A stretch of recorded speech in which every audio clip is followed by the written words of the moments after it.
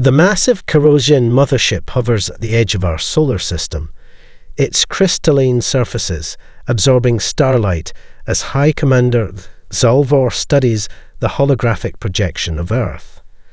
His 3 hearts pulse with excitement at the vibrant blue planet.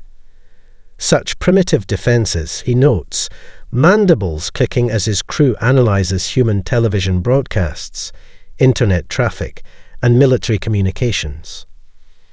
Zalvor moves his elongated fingers through the hologram, zooming in on North America. Fascinating how they segregate themselves by arbitrary geographical boundaries, he says to Science Officer Talmira, who nods in agreement. Their weapons still utilize chemical propellants, Talmira observes, her silver eyes narrowing. And their most advanced aircraft cannot even escape their atmosphere without discarding components. Their inefficiency is almost artistic. The Corrosion Empire, masters of 17 star systems, have found their next conquest. Their civilization, over 8,000 years old, has perfected the art of planetary acquisition. First observation, then swift conquest, followed by resource extraction, and, if the species proves useful, limited integration into the Empire's lower castes. Showy their conflicts, Zalvor commands, and the hologram shifts to display various military engagements around the planet. He watches human armies facing each other with expressions ranging from amusement to disdain. They waste resources fighting among themselves, when they should be reaching for the stars. Typical of pre-unification species. Lieutenant Zexelar approaches with a data crystal. Commander, we've completed the threat assessment. Their nuclear capabilities could damage our secondary vessels, but pose no threat to primary warships. Their electronic warfare is rudimentary, and their orbital satellites are defenseless observation platforms. Zalvor takes the crystal, inserting it into his command console. Numbers and projections materialize before him. Resource quantities, population centers, military capabilities. The acquisition value is exceptional, he murmurs, noting the biodiversity and mineral wealth. Yet the resistance projection is minimal. He makes his decision. Authorize a small expeditionary force, just 12 warships, for what will surely be a brief campaign. His officers chirp in acknowledgement, already referring to the upcoming invasion as the 3-day war among themselves. Meanwhile, in a Tokyo research lab, astronomer Mai Nakamura removes her glasses and rubs tired eyes. For 3 nights, she's tracked unusual energy signatures from beyond Neptune's orbit. The readings defy explanation. Massive power fluctuations that appear and disappear, gravitational distortions where none should exist. Running final confirmation, she mutters, initiating another scan sequence. The computer beeps softly as results populate her screen. Her hands begin to tremble. This is no sensor malfunction. May reaches for her phone, connecting to a secure international channel used by the scientific community. This is Nakamura from Tokyo Observatory, she says, voice steady despite her racing heart. I'm detecting multiple large objects at the edge of our solar system, exhibiting technology significantly beyond our capabilities. Energy signatures suggest they could reach Earth in days, not years. Across the world, similar observations are being made. At the Green Bank Observatory in West Virginia, at the Southern African Large Telescope, at radio astronomy facilities in Australia, all detecting the same anomalous readings.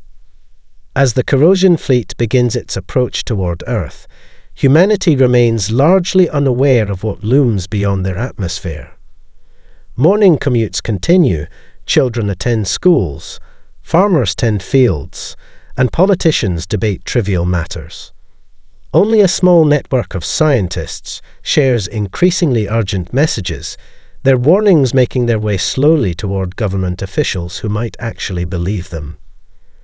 Aboard the lead Corrosion warship, Commander Zexlar reviews the invasion protocols. Arrival at target planet in 52 hours, he announces to his crew, prepare combat simulations based on observed human military responses. He glances at the blue-green planet growing larger in their view screens. This will be the simplest conquest in Imperial history. How terribly wrong he would prove to be. The morning sky above Sydney. Australia breaks open like a cosmic egg. A sleek silver vessel, 300 meters in length and shaped like an elongated teardrop, descends through the clouds. Traffic halts immediately. Pedestrians stand frozen, faces upturned, mouths agape. Phone cameras point skyward as social media explodes with live footage. Similar scenes unfold simultaneously across the globe. Beijing, Cairo, London, Rio de Janeiro, New York. Within 30 minutes, 12 Corrosion warships position themselves strategically above Earth's most populous cities. "Mom, are we going to die?" A young boy asks in a Mexico City apartment, his eyes fixed on the metallic behemoth hovering over the National Palace. His mother pulls him close, her own heart racing, as she watches the news broadcast switching between scenes of global bewilderment. In the White House Situation Room, President Emily Chen maintains a composed exterior, while military advisors provide conflicting recommendations. "Madam President, we need to demonstrate force immediately." General Williams insists, his knuckles white against the conference table. "And provoke a species capable of interstellar travel." Secretary of Defense Patel counters, "We have no idea what weapons they possess." President Chen raises her hand, silencing the debate. "Get me the UN Secretary General, and contact NASA. I want every piece of data they have on these ships."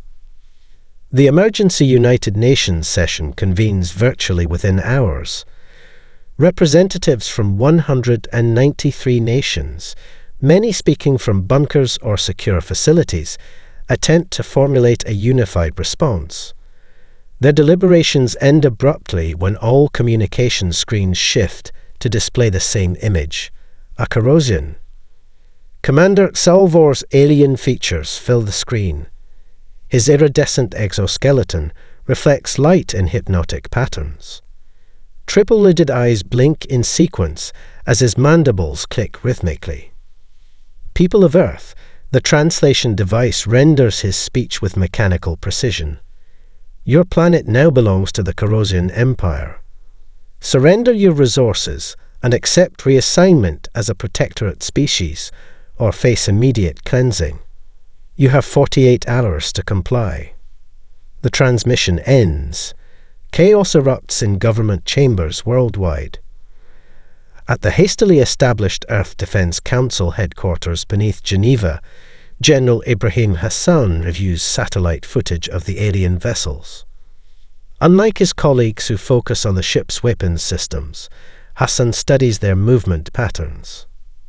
"Play that sequence again," he tells his technical team, pointing to footage of ships repositioning over Moscow. "Notice how they maintain exact formation even when turning. There's something unnatural about it." 3 floors below, Dr. Elena Reyes hunches over a microscope, analyzing biological particles collected from the atmosphere near the alien ships. A brilliant xenobiologist who previously worked on theoretical models of extraterrestrial life, she now has actual samples to study. Her dark eyes widen as revelations form. General Hassan needs to see this immediately. She tells her assistant, sending images to her tablet. When the general arrives at her lab, she's ready with her preliminary findings. They evolved in a world with triple-R gravity and constant radiation, she explains, pointing to cellular structures on her screen. Their biology tells us everything. triple-layered cell walls for radiation protection, dense muscular systems for high-gravity environments, respiratory system designed for efficiency, not adaptability. Hassan frowns. What does this tell us about fighting them? Everything, Rias says, eyes bright with realization. They're built for efficiency, not adaptability. Their bodies can withstand incredible stress, but only in predictable patterns. I believe their minds work the same way, powerful but rigid. You're suggesting they lack creativity? Hassan asks. I'm suggesting they may not understand it, she replies. A species that evolved in a stable, predictable environment, despite its harshness, might develop linear thinking patterns. Advanced technology without our adaptability. As if confirming her theory, new satellite images arrive showing corrosion ships in identical defensive formations above each city. Perfect, predictable, and potentially exploitable. Get me every unconventional thinker you can find, Hassan tells his staff. Artists, game designers, anyone who thinks differently. And establish a secure channel to military commands worldwide. If Dr. Rias is right, humanity's greatest weapon might be our unpredictability. Outside, the alien ships continue their silent vigil, waiting for a surrender that will never come. Dr. Elena Reyes stares at the wall of her underground laboratory, now covered with hastily assembled profiles of her unlikely new team. Jin-Ho Park, a 16-year-old programming prodigy from Seoul who hacked 3 government agencies before puberty. Dr. Usha Mbeki, a quantum physicist whose controversial theories about radiation manipulation earned her scientific exile. Colonel Maria Santos, retired NASA engineer specializing in propulsion systems. Professor Vikram Patel, expert in experimental materials science. I requested unconventional thinkers. Rias says to General Hassan, not impossible personalities. Hassan's expression remains neutral. You said we need people who think differently. These are the most brilliant minds who see beyond established paradigms. Before she can respond, an alarm sounds. Jin-Ho's laptop shows a new corrosion transmission. Their ships are deploying smaller vessels. They're releasing atmospheric probes, Colonel Santos observes. Standard reconnaissance. On screens worldwide, people watch silver orbs descend into city centres. In a London suburb, bus driver Thomas Jenkins shepherds a group of primary school children beneath an alien probe, guiding them into the underground station for shelter. In Mumbai, hospital staff perform emergency surgery by flashlight when power fails near a hovering probe. Kenyan farmers hide frightened families in underground grain storage.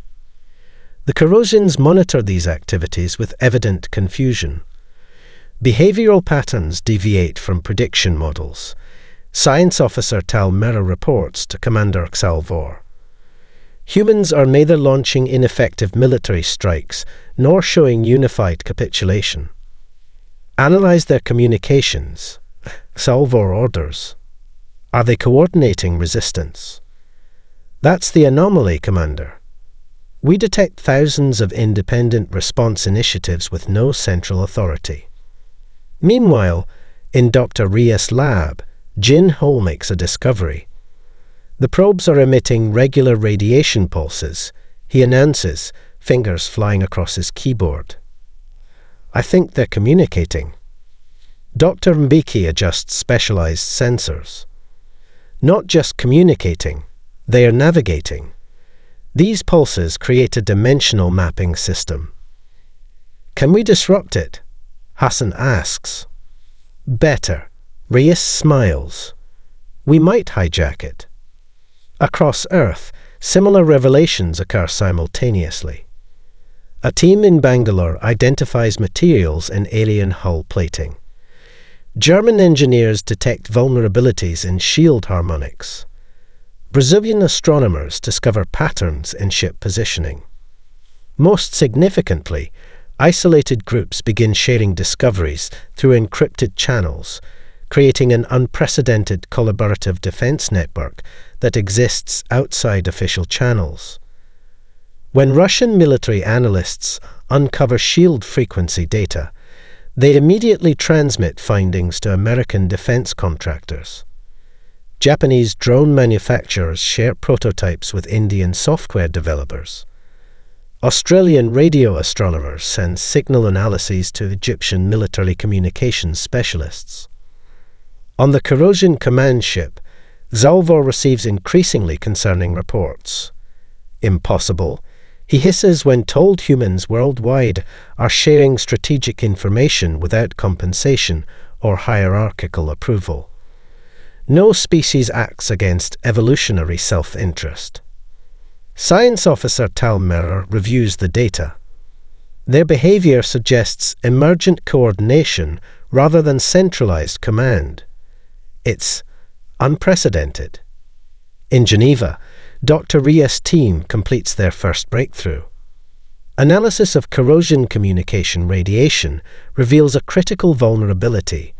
Their technology depends on precise frequencies that, when disrupted, cause cascading system failures. Their technology is incredibly advanced. Dr. Rias explains to military leaders worldwide via secure video conference. But it's linear. They improve what works rather than innovate new approaches. General Hassan nods. So they expect us to fight the last war, not the next one. Exactly, Rias confirms. They've perfected their systems over thousands of years, but that perfection is their weakness. They cannot conceive of imperfect solutions that might work in unexpected ways. As the 48-hour deadline approaches, humanity prepares not with a unified global defense force, but with thousands of independent, creative responses that share a common understanding. The aliens expect humans to behave like Corrosians. The greatest human advantage is that they will not. In London, bus driver Thomas Jenkins notices something odd about the probe scanning his neighbourhood. It pulses differently when near certain electronics. He messages this observation to a community forum. Within hours, this seemingly trivial observation reaches Dr. Ria's team, becoming a crucial piece of their emerging counter-strategy. The first human counterattack takes shape not as a grand military operation, but as thousands of small, unexpected actions about to synchronize into something the Corrosians cannot possibly anticipate. The 48-hour deadline expires. Dawn breaks over Shanghai as citizens watch in terror through windows and from shelters. The massive Corrosion vessel above the city shifts position, its weapon ports opening like mechanical flowers. Commander Zexlar, tasked with this first demonstration of Corrosion power, addresses his crew. Target the financial district. Minimal dispersal pattern. This display will secure global capitulation. Energy builds within the ship's primary cannon, a blinding concentration of particles designed to reduce buildings to their component atoms.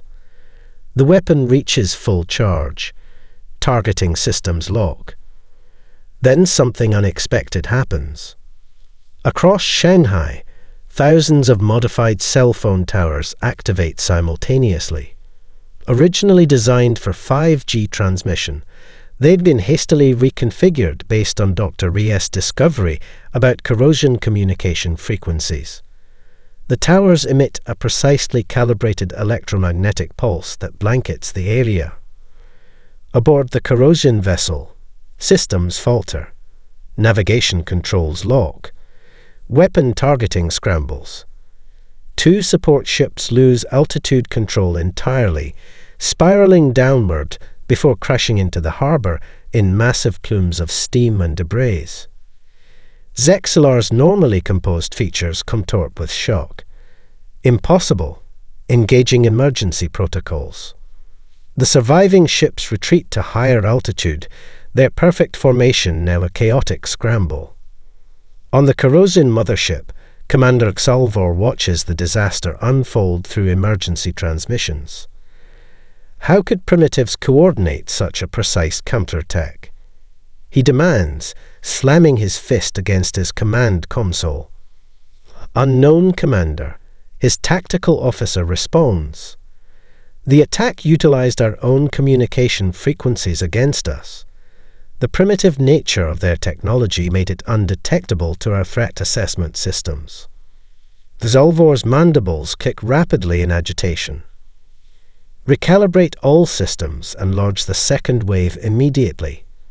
Target their power infrastructure. But across Earth, humans are sharing information at unprecedented speed.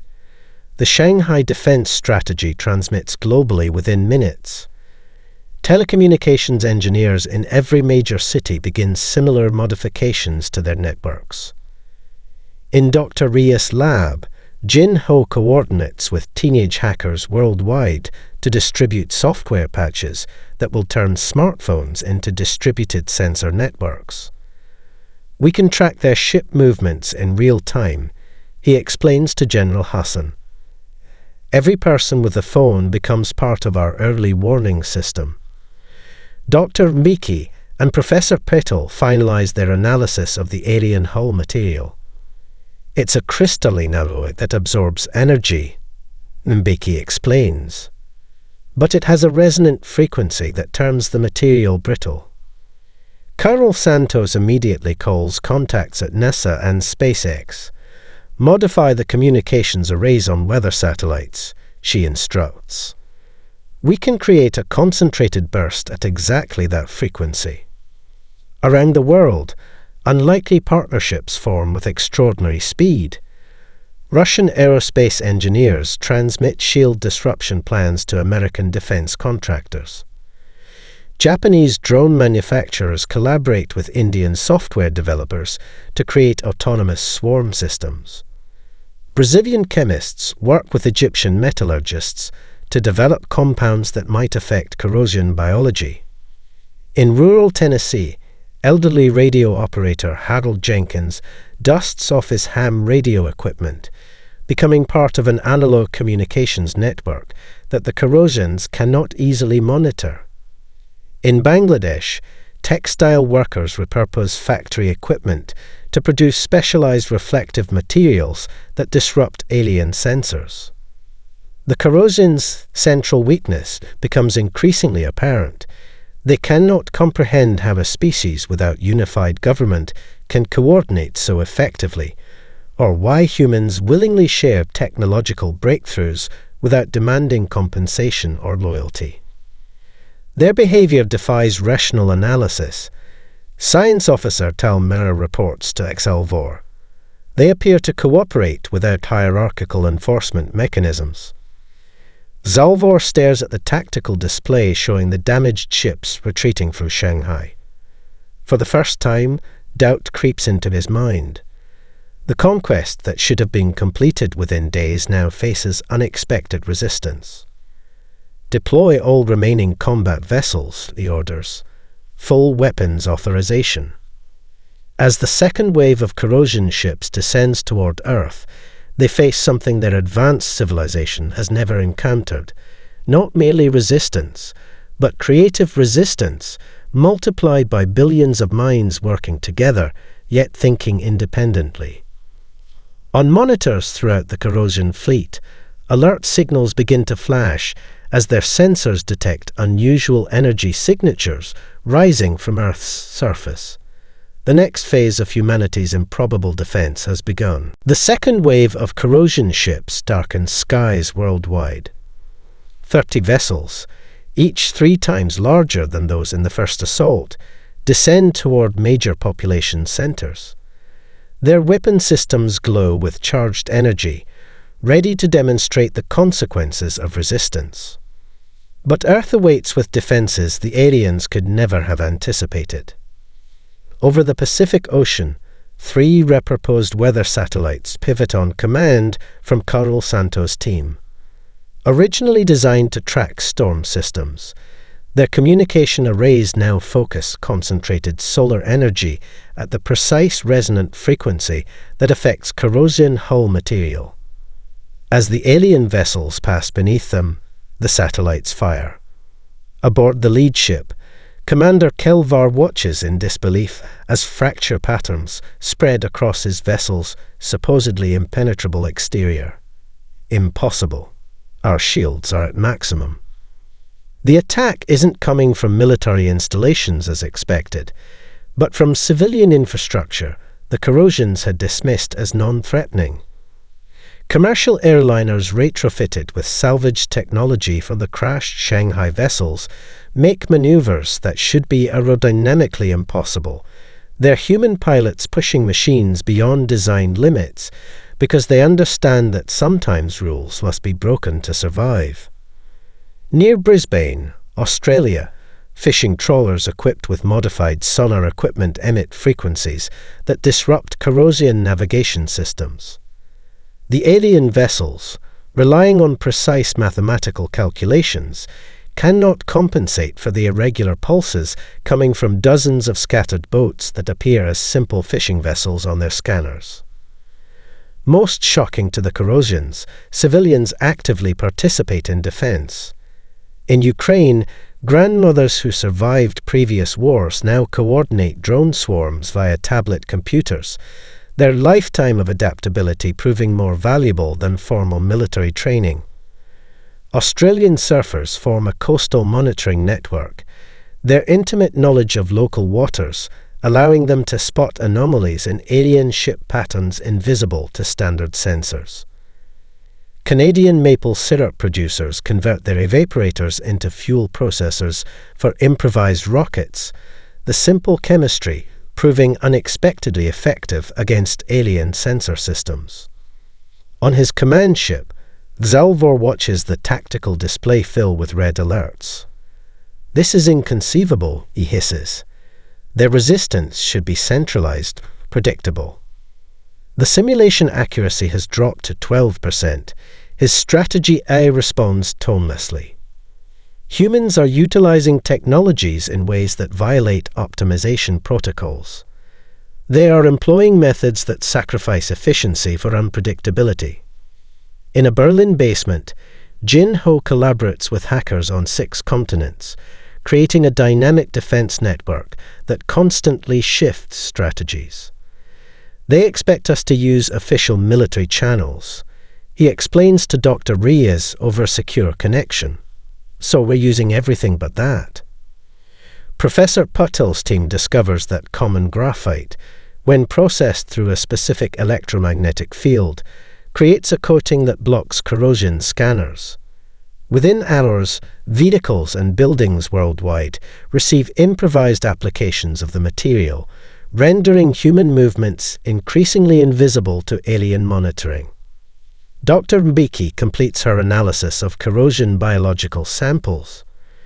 Their neural systems are fascinating, she tells military leaders. They process information faster than we do, but they're extremely vulnerable to certain sound frequencies we barely notice. Musicians in Dublin experiment with these frequencies, creating discordant compositions that, when broadcast near corrosion ground forces attempting to establish bases in rural areas, cause the aliens disorientation and confusion. What begins to dawn on the corrosion command is a terrifying realization. They aren't facing a single enemy strategy, but billions of simultaneous adaptations. Their tactical simulations, designed to counter unified opposition, cannot process the chaotic, creative resistance humanity presents.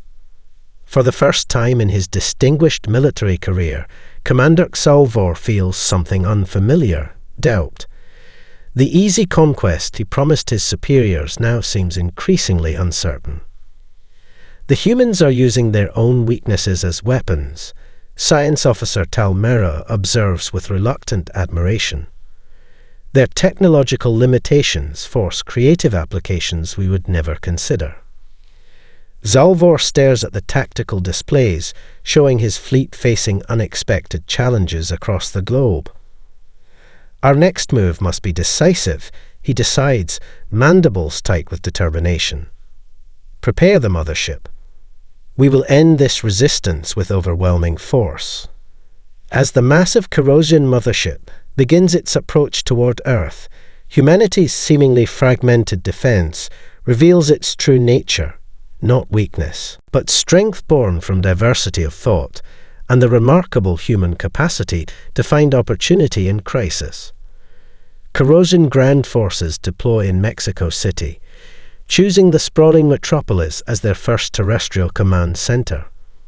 Pod ships descend on the central plaza, disgorging soldiers in gleaming exoskeletons.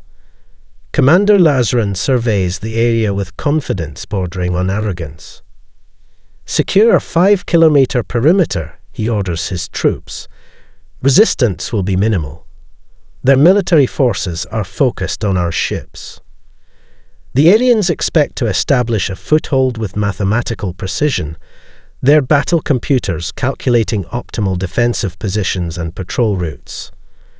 What they don't expect is how quickly the city itself seems to transform around them.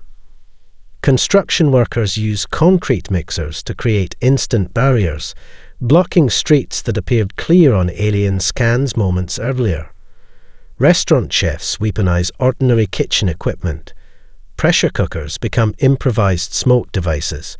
Cooking oil creates hazardous ground conditions for alien exoskeletons. Street vendors abandon their carts, only to reappear as scouts in an intricate intelligence network that spreads through the city's hidden places. The humans are not following standard defense protocols. Lazaran reports to the mothership, frustration evident in his voice. They alter the urban environment faster than we can map it.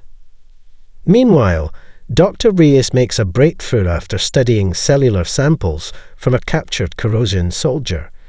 She gathers world leaders on a secure video conference, her eyes bright with realization. Their neural pathways are hyper-specialized, she explains, displaying microscopic images.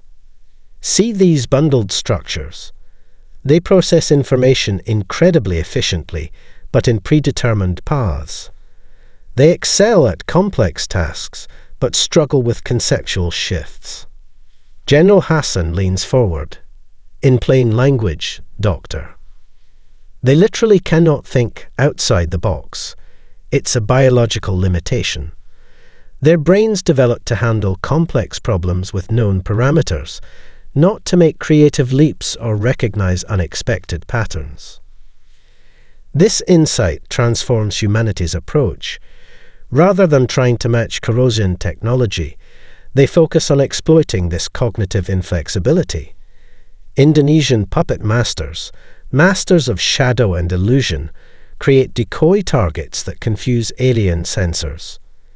Swiss watchmakers develop timing devices that introduce purposeful irregularities into defense systems, rendering them unpredictable to Corrosion analytical software. Irish musicians discover that layering certain frequencies, imperceptible to human ears, creates dissonance patterns that disorient alien ground troops. In Mexico City, the resistance grows more sophisticated. University students hack into Corrosion communication systems using principles from video games rather than conventional cybersecurity. Older residents who remember ancient sewer systems lead people through underground pathways that don't appear on any modern map. Commander Lazaran faces mounting losses. They improvise weapons from primitive materials, he reports, as another squad goes silent after investigating a market that became a trap. Their tactics change hourly. There is no discernible pattern to counter. On the mothership, Zalvor receives increasingly alarming reports. His science team finally identifies the fundamental problem. Their neural diversity explains everything, Science Officer Talmera explains. Humans possess wildly varying cognitive architectures. Some process information sequentially, others holistically. Some prioritize spatial reasoning, others linguistic problem-solving. This diversity creates thought patterns we cannot predict.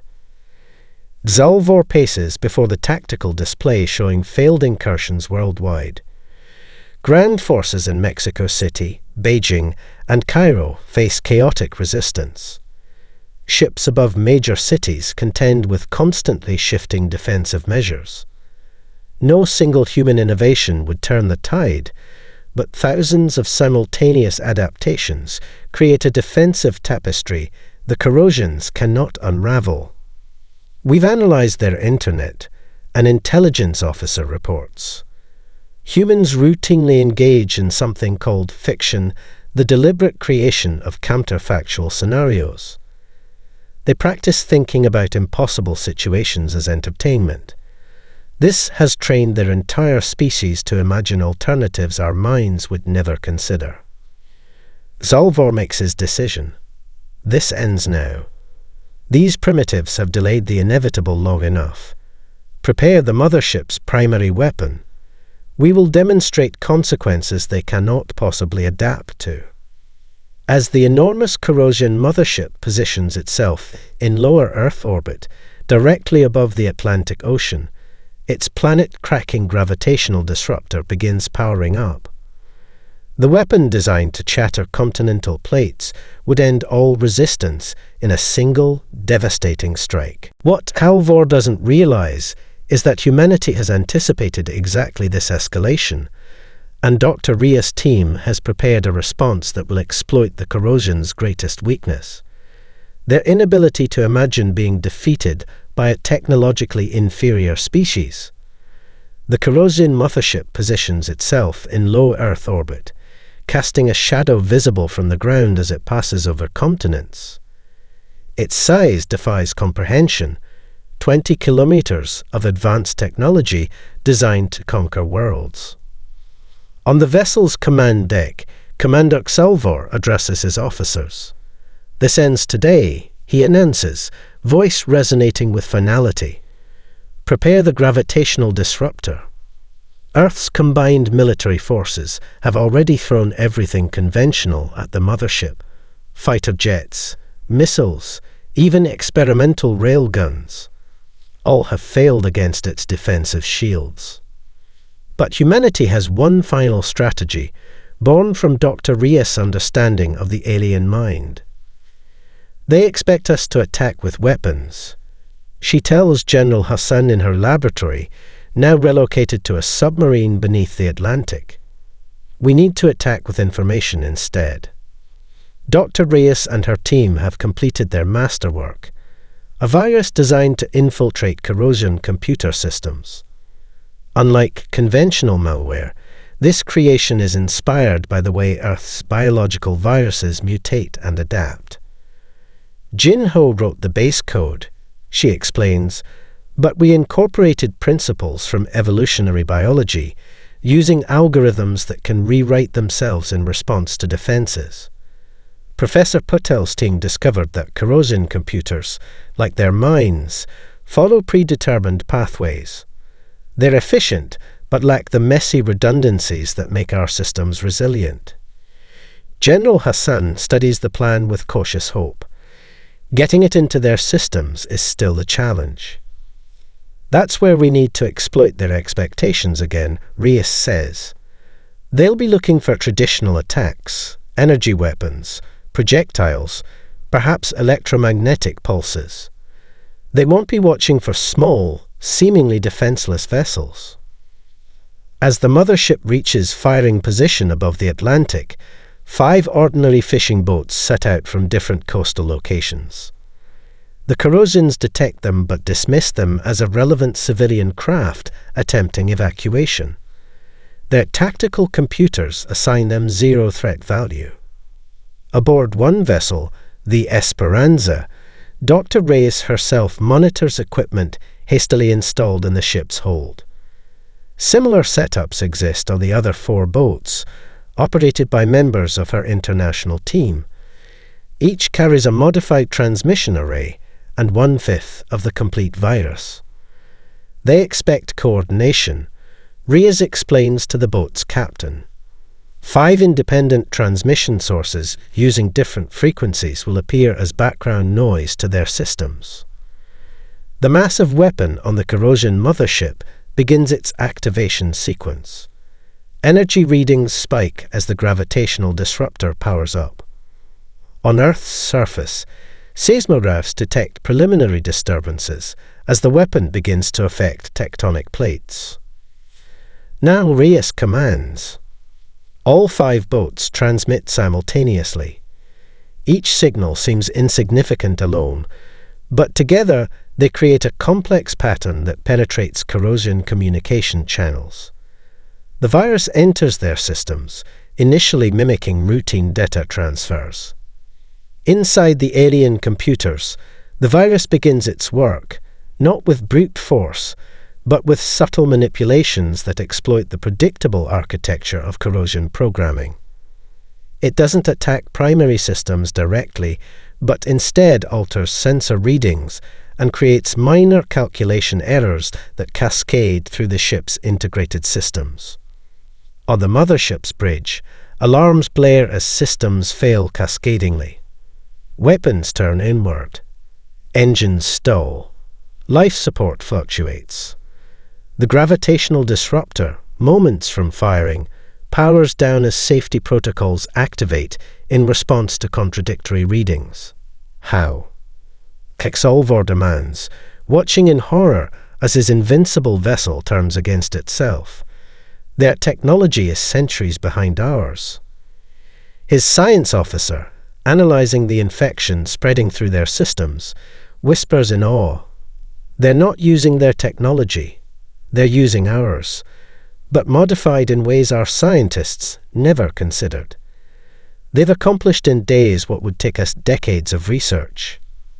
The virus continues its work, rewriting command protocols and gaining control of increasingly critical systems. Just as Reyes predicted, the corrosion's perfect, efficient systems lack the messy redundancies and firewalls that might have contained the infection. From his command chair, Salvor watches Earth through the viewport, the planet they had dismissed as primitive, now revealed as home to a species whose creative adaptability makes them more dangerous than any technologically advanced civilization the Corrosions have ever encountered. Full retreat, he orders, his voice hollow with the recognition of defeat. Broadcast to all ships. Disengage and withdraw immediately.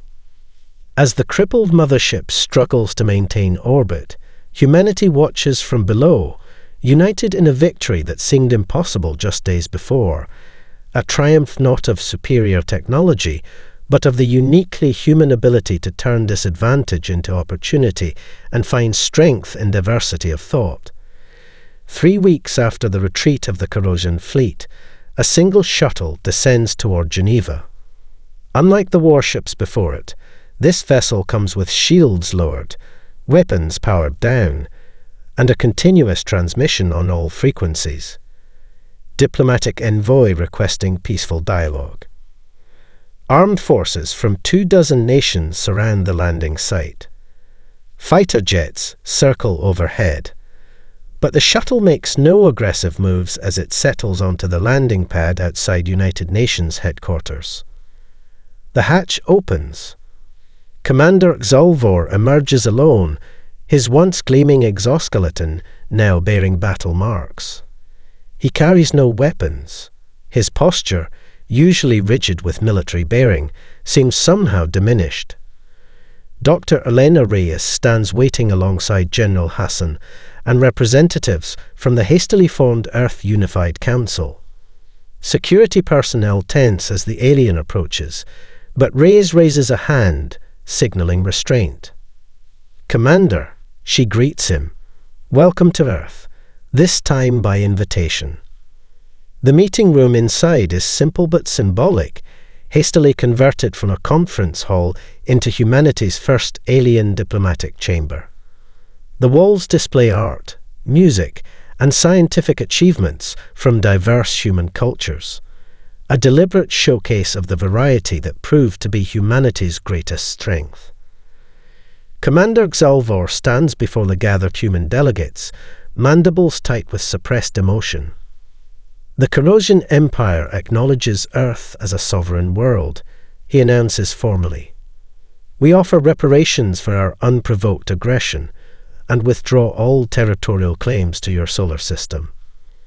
The terms of the agreement are projected behind him: technology transfers, cultural exchange programs, and formal recognition of Earth in galactic records as a protected independent world. Later, meeting privately with Dr. Reyes and General Hassan in a smaller chamber, Xalvor finally asks the question burning within him: how did your species prevail against our superior technology and resources? Our civilization has conquered 17 worlds. Our empire spans multiple star systems. Yet we were defeated in days by a pre-stellar society. Dr. Reyes smiles. You measured advancement linearly, by technological achievement. But humanity's strength isn't our technology, it's our adaptability. She gestures to the window overlooking Geneva, where people from dozens of nations mingle in the streets below. Our chaotic political systems, cultural diversity, and constant disagreements force us to think flexibly. Every human grows up navigating different perspectives, arguments, and challenges. When faced with extinction, those differences became our greatest weapon. Our analysis reached similar conclusions, Xalvor admits. Your neural diversity is unprecedented in our experience. Most species we've encountered evolve toward uniformity, not variety. Because uniformity is efficient, Hassan observes, but not always effective. Xalvor nods, a gesture he's learned from studying human communication. The Corrosian Council has ordered extensive research into cognitive flexibility. Your species has changed our understanding of evolutionary advancement. As the remaining Corrosian ships depart Earth's orbit, they transmit a message throughout galactic communication channels that will forever alter humanity's place in the cosmos. Extensive revision to classification of Sol 3 inhabitants required. Humans demonstrate unprecedented adaptive capability and cognitive flexibility. Technical classification. Pre-stellar. Threat classification. Extreme. Recommended approach. Respectful alliance only. 1 month later, Dr. Reyes stands before a different audience, a classroom of children from around the world, the first students at the new Institute for Xenological Studies. Behind her, several modified corrosion devices hum quietly, part of the technology exchange now underway. The most important lesson from our encounter, she tells the eager young faces, wasn't about alien biology or advanced weaponry. It was about human potential. Our victory came not from being the strongest or most technologically advanced, but from embracing our diversity of thought. A young girl raises her hand. Does this mean we'll stop fighting among ourselves now? Dr. Reyes smiles. Our disagreements and differences aren't weaknesses to overcome, they are strengths to cultivate.